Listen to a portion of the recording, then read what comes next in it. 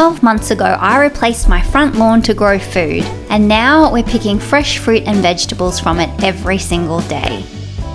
What started as a simple idea has completely transformed this space. The fruit trees have grown in, the garden beds are overflowing, and everything feels more abundant and more established. It's no longer just a garden, it's something we rely on. There's a real feeling of security and freedom knowing that we can step outside and find food to feed us. But what I love most is how much this space has changed over time, because it didn't happen all at once. And by the end of this video, I'll show you exactly what this garden is producing now after a full year. So in this video, I want to take you through the full 12-month journey, how it all started, how it's evolved, and what it looks like now.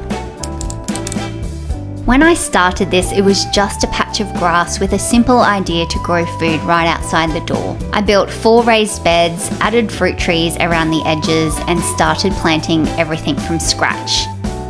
Within the first few months, things started to take off faster than I expected. The beds filled in, the fruit trees settled, and the garden slowly came to life. And this was the turning point, when it stopped feeling like I was just growing a garden and started feeling like we were actually producing food. I've already shared the first 6 months of this journey in another video, so let's pick up from where things really started to change. And I'll link that video above.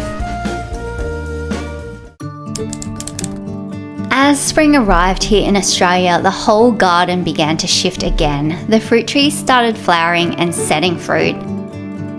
Apples, mulberries, figs.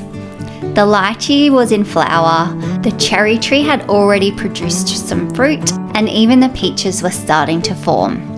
The mandarin was flowering and fruiting again too. At the same time, the veggie garden was still producing. I was harvesting the last of the winter crops: carrots, cauliflower, broccoli, and cabbage.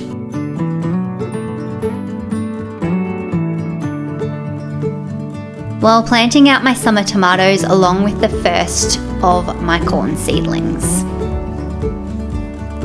I planted out some butternut pumpkins while the onions and garlic were growing bigger by the day. And I let the dill and coriander go to flower so I could save the seeds for the next season. And to make the most of the space, I added more arched trellises, giving me even more room to grow vertically.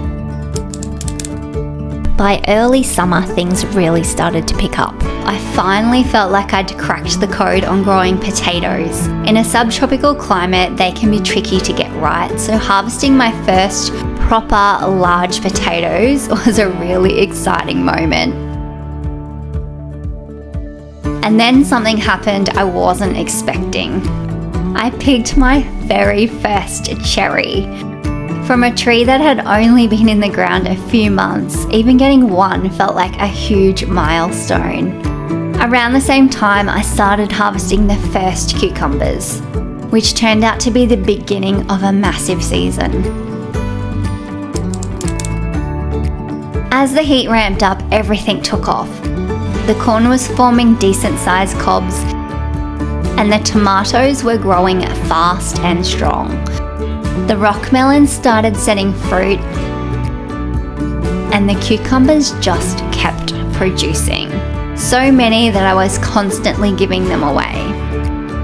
The fruit trees were really starting to come into their own. The apples were growing bigger, the lychee tree was fruiting for the first time, the mandarins were slowly sizing up, and I was picking blueberries almost every day. But the biggest moment of this stage, the onion harvest. I ended up with 38 onions, weighing a total of 12.85 kilos, including one that reached 1.1 kilos on its own, bigger than a baseball, and the biggest one I've ever grown to date.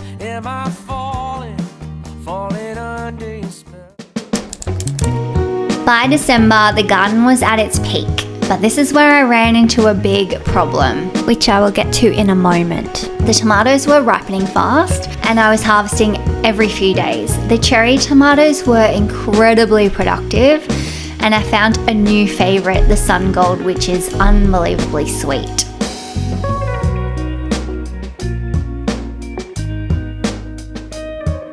the figs began to ripen too, and I picked my very first one from a tree that had only been a cutting 8 months earlier.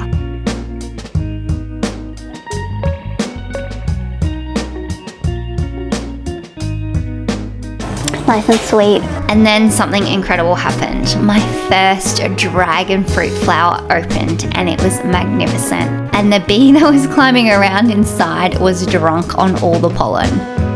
Around the same time, my red papaya tree started fruiting and I harvested the one lychee from my tiny tree, which tasted amazing. But then, the Queensland fruit fly had found my garden. Almost all of my apples had been stung. It was pretty devastating, but it was also a turning point. Next season, I'll be netting everything as soon as it flowers. And the one apple I did manage to save, it tasted incredible and made me even more excited for what's to come. At the peak of summer, we took on a completely new project. We added another garden bed on the opposite side of the space to create a small fruit orchard. This one was built out of bricks, which we had never done before. And of course, I wanted a curved edge. Kevin wasn't too convinced at first, but we figured it out eventually. After 4 days working in the stifling heat, it was finally finished. We filled it with soil and planted out 7 new fruit trees. A mulberry, banana, avocado, orange, apricot, mango and apple, all in dwarf varieties. And this is where the garden really started to shift again.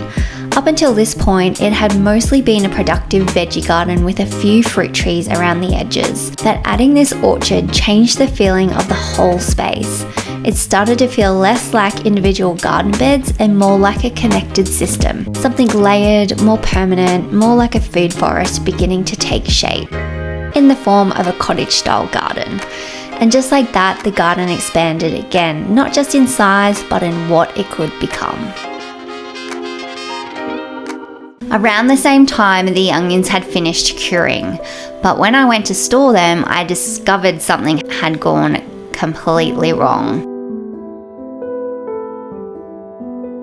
Many of them had developed black mold due to the humidity. I managed to salvage a few, but most had to be thrown out. It was devastating. But gardening is full of lessons, and next season I'll be curing them indoors to prevent it from happening again. It was also time to harvest the butternut pumpkin, which I was so happy with. Growing vertically was a real winner this season. By late summer, the garden was overflowing with food. Juicy rock melons, sweet dragon fruit, truckloads of basil, spaghetti squash, lemongrass. Everything was coming together, and the watermelon was just about ready, wrapping up the summer season. And then March rolled around, bringing us full circle to 1 year since I started this garden. I cleared out the beds from the summer crops, refreshed the soil with compost, and started planting out the new season. I also wanted to harvest a ton of strawberries this coming season, so I got a bunch of hanging pots to hang off the gutter supports and filled them with strawberry plants, making as much use of this small space as I possibly can. Strawberries are one of the easiest fruits to grow, and one plant can turn into many, so if you're a beginner gardener, this is a great plant to start with.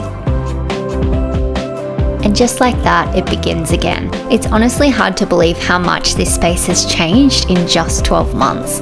What was once just a patch of grass is now something that feeds us. Not just with food, but with a sense of security, freedom, and a deeper connection to where our food comes from. And the best part is, this isn't the end of the journey, it's just the beginning. Just imagine what this next year is going to bring.